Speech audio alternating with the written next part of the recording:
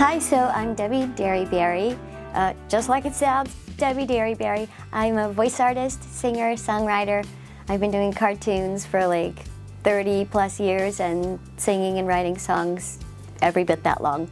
The role that people most know me for is a character named Jimmy Neutron. And when I got the audition for that, all the girl actors who did little kid voices were there. And I knew I couldn't do like a textured voice, like, so many of the girls actors have this little gravel, and I don't have gravel. So I did my best little boy's voice without texture, without gravel, and they picked it. So it wasn't a big deal then, but I thought, this looks really cool. It's CGI, it's the first of its kind, and then they said, we're gonna do a feature, which was cool. And then we're gonna do a series. And all that was just kind of simple and just matter-of-fact work.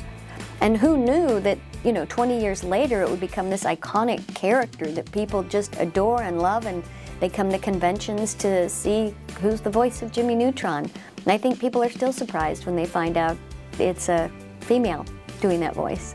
So when I'm at conventions meeting bands and they approach me and say things like, and they're near tears, saying that I was their childhood, that I changed their life, that I made them want to be a science major or a scientist or an astronaut.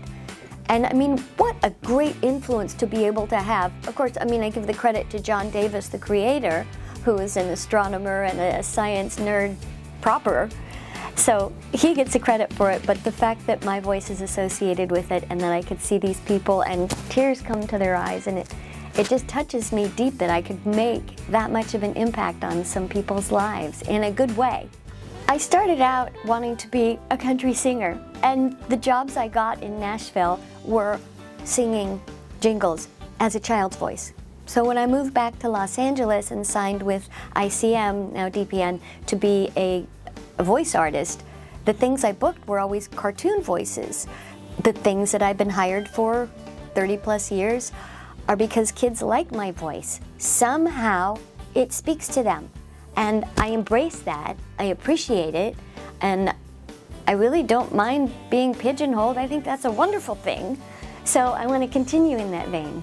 In the 90s, I actually did an animated version of Wednesday Addams. So doing Wednesday's voice, the director would always say, less, Debbie, give her less. Make Wednesday sort of very monotone. And when she had a lot of energy, it's tough to keep your voice monotone and boring and have energy at the same time. So it is a challenge for any Wednesday to keep their voice very monotone and yet be engaging. And so in the Netflix show Wednesday, that Jenna Ortega does the lead role, I think she's brilliant. Gotta go green, gotta go green, gotta go green, gotta go green, gotta go green. So my inspiration for writing these songs in Gotta Go Green has to do more with the situation of the earth currently and how our kids right now are the ones that are coming into the trouble that we're making for it. So it's super important to open the conversation with them and to let them be aware of things like carbon footprints and air quality and what creates bad air and recycling and such. I wanted to have this album that could be presented as a single effort towards climate change, towards helping the earth, towards bringing awareness from our kids and adults.